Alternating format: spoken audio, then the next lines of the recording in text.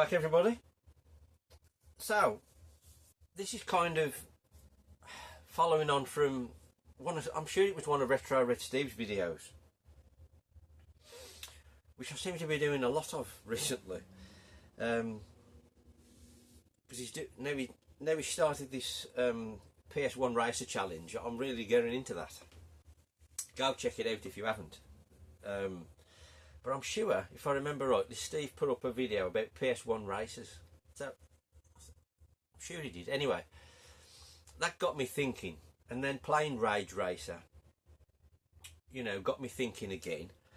And obviously this month it's TOCA touring car, hence why I've got it on the TV here, because I hadn't got that, and I suddenly thought to myself, because I got rid of all my PAL PlayStation PAL more or less everything, but of retro consoles. So I hadn't got TOCA touring car, so I went out and bought one at the weekend, and then I've just discovered today, doing this video, that I'd actually got it on my V2 Elite console, so I didn't need to buy it in the first place. But nevertheless, I've bought it now, and it was only cheap. So anyway, I'm waffling on already. Yes, I'll go check Steve's video out and get involved in this sort of best time challenge, because the Rage Racer one was brilliant. I've just seen Ross do an amazing time on TOCA this morning. I can't see that being beat. That looked, you know, amazing.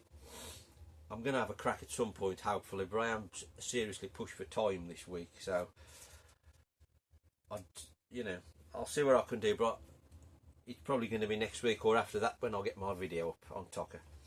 Anyway, it got me thinking about PS1 races anyway, all this did. And I was going to do a video of the PS1 races in my collection, but then I suddenly, having looked into doing it, I discovered that it was going to be too long. You know, because I've got too many, surprise, on the PS1. So I thought I'll try and break this down somehow if I can. So what I've done here are the Japanese exclusive PS1 races. They're by no means all the ones available. They're just the ones I've got in my collection. There's quite a few others which I haven't got, many of which I don't want, but there are one or two I would pick up in the future, given the chance. So I thought I'd run through what I've got now, and then obviously, if you're not aware of them, you know, it might learn you something, perhaps.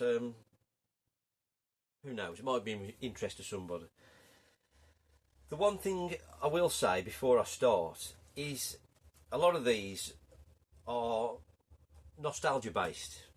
All this, I mean, retro gaming in general, a lot of it's nostalgia based, but playing Rage Racer the other week really got me thinking, in the way that, you know, you'll have games on various consoles that you think are brilliant, and you know, they're your favourites, and then you spend a lot of time and money buying other stuff for the same console, hoping it's going to be as good as whatever that particular favourite game might be, and invariably they come up short. So it did get me thinking, why the hell do you waste money on a load of shite that's inferior to the game you've already got? I'm coming back to Rage Racer again, really, because a lot in this list are utter shite compared with Rage Racer.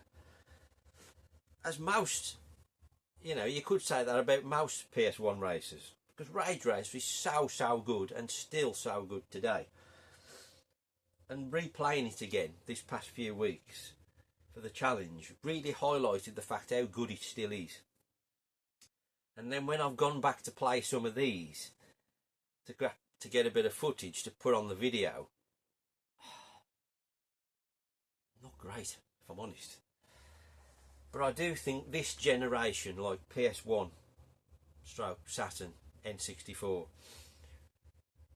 a lot of the 3D stuff on this, you know, it's aged really badly, hasn't it? Let's be honest. And I think unless you've got serious nostalgia, it's tough to play these days. There are exceptions, of course, but a good portion of it is quite bad now. Anyway, enough waffling. There's 5 minutes gone already. Right, so all these, as far as I'm aware, are Japanese exclusives. I could be wrong. I'm not massively up on PAL PS1 titles. There are hundreds of them. So, you know, if there are some PAL versions of these, let me know. First one we've got is Max Racer. Now, I've not had this all that long. I picked this up cheap from somewhere. As you'll see from the footage, it's not great, this one, if I'm honest. It's kind of a low rent Wipeout style game, really. But I mean, it looks quite colourful. It don't control very well, from where I can, you know, the bit I've played.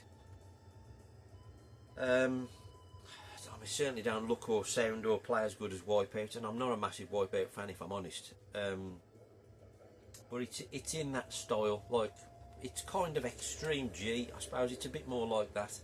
I never liked that game either. Kind of weird. The one character's like surfing on a surfboard around the track. It's not great, if I'm honest. But if that's your bag, you might want to check it out. Right, the next one. Now again, this is quite a strange game. And I picked this up on a bit of a whim, really. I was just a bit curious. Now, it's just a best of version. Now it's called, it's very Japanese, this is. It's called Bakusou Decatora Densetsu 2, which translates, I believe, as Art Truck Battle. And there's more than one of these. This is the second one, I think. Like I say, it's quite strange. It's these like trucks that, you know, get highly decorated with lights and like you know, colours and all kind of bunting and all that kind of stuff you see in foreign countries. It's kind of that. But then you sort of set out, when you play the game, you sort of set out in a battle scenario where you've got to beat your opponent to the finish. But it doesn't play like a traditional racing game. It plays, you control the accelerator and the brake, but instead of steering, you do steer, but all you're doing really is changing the truck from lane to lane. You're not actually controlling the entire left and right, and you're kind of doing that, avoiding traffic, trying to get in front of your opponent. And there is lots of Japanese text, so it's not something I've persevered with too much, to be honest, but it's interesting. It's one of them that if I'd got the time, I'd try and invest a bit more in that, because it's a bit different. That's Art Truck Battle, and that's, I'm amazed if that's come outside of Japan, because it is exceedingly Japanese. Right, this next one is GT All Japan Grand Touring Car Championship. Now I think Eddie gave me this as a kind of a bonus when I bought some stuff off him. Now this is another one. It's kind of, I'm going to say this a lot, it's not great really, if I'm honest. It looks quite nice, but this it's an isometric top-down racer, very arcadey. But it's one of these that suffers from all or most top-down races, sort of overhead races. I really want to like one, but there are so few that I do like, because they're all more or less unplayable in my opinion. It's purely a exercise in memorising the corners and the track, because you've got no chance of reacting in time. I certainly haven't. And this suffers the exact same problem. There are very few of these type of games that work for me. A couple on the Neo Geo work quite well, I think. Obviously Micro Machines works pretty well. But that, although that looks nice, I'm not over keen on it to play. Right, next up we've got Circuit Beat. I've I've got a feeling, I don't know if Dylan gave me this, possibly. I don't mind this. This is it's a bit low budget, if I'm honest, and the handling's a bit suspect. But I quite like how bright the graphics are, and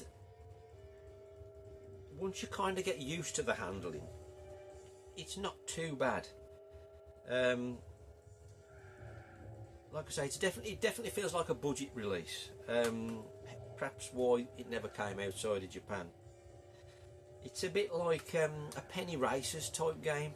That's how it feels to me. It almost feels like toy cars on a little sort of toy track. It don't feel real, but it's okay. Circuit beat. It's not too bad, that one. Next up, we've got Jay's Racing. Now this is a more sort of serious take on racing in terms of how it looks. It's like track racing, but it's quite bland in how it looks, I would say. The tracks are quite boring, but it doesn't play too bad, to be honest. It's nothing amazing, and it's very arcadey in feel. Although it's a more serious sort of track racer, it does feel very arcadey. It just looks and sounds just a bit bland when you compare it to other things, like, you know, like obviously quality, like Ridge Racer and even Tucker. You know, it's just a bit, you know what I mean, but not too bad. Next up, we've got Two Game Max 2. Now there's quite a few of these, and it started life on the Saturn with what's it called? High Velocity in America. It's called. What's it called? King of Spirits on the Saturn. Became 2 Game Max or 2 Game on the PlayStation, and like I say, there's a few of these. There's this one. There's obviously one, and then there's another one. There's another one just Max. Now that one did come out. I wrote this down. The original Max one did come out in PAL territories, and it's known as Peak Performance, which I do remember from back in the day. But these games, these are like Japanese street racing games, and they predominantly on like sort of mountain courses from A to B, very twisty.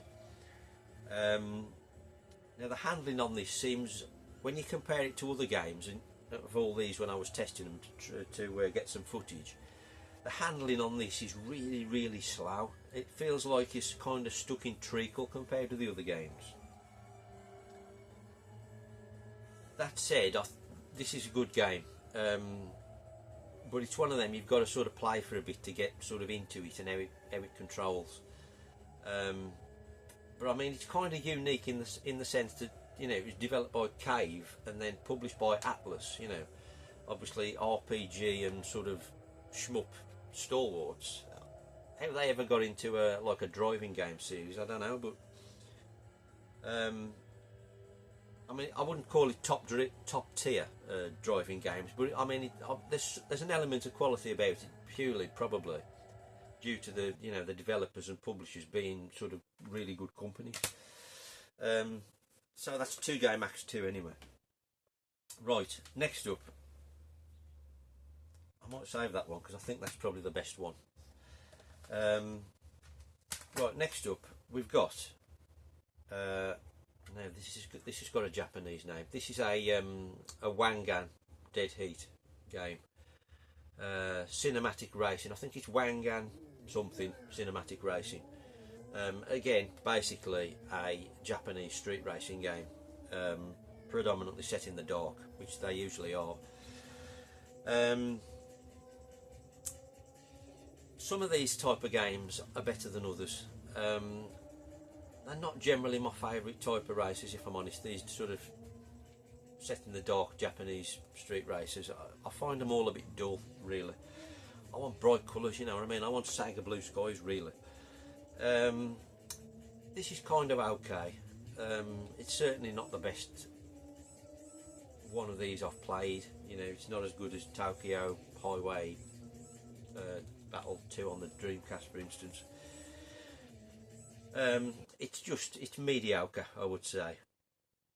But if you like that kind of thing, I mean, it's made by Victor. You know, at least it's a reputable sort of maker. Right. Next up, quite a famous one, I would say. We've got Initial D. Now, obviously, this is a long-running series. There's, you know, from the PS1, and this game's on the Saturn as well, right through to, you know, arcades, and you can get the PS2 and 3, and even on the PSP, I think. But I've got all the home console ones. But this, I think, is the first one I had before I bought the others. I think it plays quite good. I do like the Initial D games. This one really infuriates me though, because you can't skip the cutscenes, and they're long. And from memory, I think you can on the Saturn. So although this looks better than the Saturn, I would say, I think the Saturn, if you're going to play this original game, I think the Saturn is probably the way to play it, because I'm sure you could cut the scenes on that just by, you know, pressing the buttons, and you press wherever you like on this and nothing happens. You've got to watch them, and obviously they're all in Japanese, so it's kind of infuriating, you know. To get like another go, you've got to sit through it again, you know.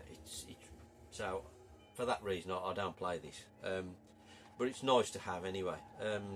Like I say, I do like the Initial D games, but I don't think that's the best one, if I'm honest.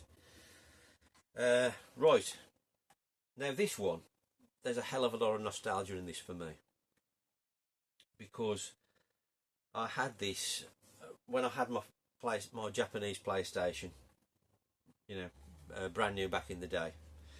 I had obviously Ridge Racer with it, and I think this was the second game I got. I don't think it was a launch game, but it was, you know, really close to the launch. From what I remember, it wasn't a launch, but it, like I say, it was really close. Anyway, it's Toon Grand Prix. I absolutely loved this game. Played it to death. You know, I obviously played Ridge Racer to death, and then I played this one to death. It's a totally different style game to Ridge Racer, and they did bring a sequel out to this, which did come out in USA and PAL territories. And in many ways, the sequel is a lot better. You know, it's a much more polished game, much more content. You know, everything's kind of done better in the second game. But for me, there is nostalgia talking, but there's a certain charm about this one, which was kind of lost on the second one for me. And I still really like how this looks. It has got its problems. When I've sort of played it, you know, recently, it's not as good as I remember it, unfortunately. It still looks nice, but some of these sort of collision detection, and you know, you just clip a wall and you stop dead and that kind of thing, it's kind of infuriating at times. But I do love how it looks, and I love how it's like, it is like playing a cartoon, and it was so different at the time to anything else I'd played, you know, more or less coming from like a Mega Drive and a Super Nintendo, to be playing something that looked and sort of sounded and felt like a cartoon. Incredible. It's a shame they didn't release that, really, because although it's got problems, I do like it a lot. Right, now these next two are kind of a set, if you like, and these are ones I've picked up not quite recent, but in modern times anyway. And we've got Rally to Africa. Now these unfortunately are getting a bit expensive, and they're basically Sega Rally sort of, I wouldn't go as far as saying they're copies, but they are very much a sort of homage to Sega Rally on the PS1, obviously, because Sega Rally was never going to come out on the PS1. So this company, Prism Arts, which also did another one of the others, Circuit Beat I think it was. You can see it in the presentation and the style and the sound and the way it plays. It's very much Sega Rally, as you'll be seeing in the footage. It's in no way as sophisticated as Sega Rally. You know, it's a very much, I wouldn't call it low budget, but it's just, it hasn't got the intricacies and it hasn't got the handling and the precise, perfect handling of Sega Rally. This hasn't got it. It's a lot cruder, but it's nicely presented. It plays well, and it is a good game. It's certainly, the difficulty ramps up a lot. It's not too bad when you start, but it does get real hard in my opinion. I think that's the one that came out first, Rally to Africa, and then they released Rally to Europe, which is more or less the same thing, just with different tracks, and also different cars. I think, I'm pretty sure the cars are different, but it's the same idea. It's exactly the same kind of presentation, very much in a Sega Rally style, and again it's much like Rally to Africa. Although it looks, sounds and is inspired by Sega Rally, it's just not as sophisticated. But again, it is a good game. It's a shame it's expensive, and it's a shame it never came out here, because it is a good game. And I was chuffed to get them when I did, because like I say, the prices unfortunately on both of them are going up, and they keep increasing. Right, the final one. Now this is another quite recent pickup, and we've got Side by Side Special by Taito, which is in the Battle Gear series, which I again recently got into on the PS2, and then that led me to getting this, which is kind of a PS1 sort of an earlier game on the PS1. Really good this is, I've got to say. Again, it's kind of Japanese street racing, but it's more, there are like point to point type events, but there's also sort of street based track events, and it looks really nice I think for a PS1 title. Plays well, top quality game, and like I say, it progressed into Battle Gear on the PS2 which is another quality game. So I think, of all them I've showed there, the quality sort of got better towards the end. Some of the early ones are a bit suspect, and like I say, there are more I would like to get, going forwards. Not that many. I'm not desperate for anything, I've got the main ones I wanted, to be honest. Anything else is a bonus now, but I just thought I'd throw them together, in the Jap exclusive ones, because it kind of a subset, if you like, and then I think at some later point I'll perhaps do like the other PS1 races I've got, which did get PAL versions. Obviously mine are all Japanese, but at some point I'll do the rest of the sort of PS1 races, because there are loads. But anyway, that's enough for today I think. Let me know what you thought about any of them, and if there are PAL versions of them, let me know. Always good to find out stuff you don't know, because like I say, there's that many games on the PS1. There's always something you don't know. But like I said at the start, more or less all of those pale in comparison to the Ridge Racer series. Well, Ridge Racer 1, Revolution and Rage Racer anyway. I've never been a fan of 4 myself, even though some people think it's amazing. I always thought it was the black sheep of the PS1 Ridge Racers myself. But anyway, that's just my opinion. Thanks for watching anyway. Leave a comment, like, all that business. And hopefully I'll see you soon on the Tocker Challenge. Get your entry in, and check out Retro Red Steve's channel, link below. Thanks for watching. See you soon. Sayonara.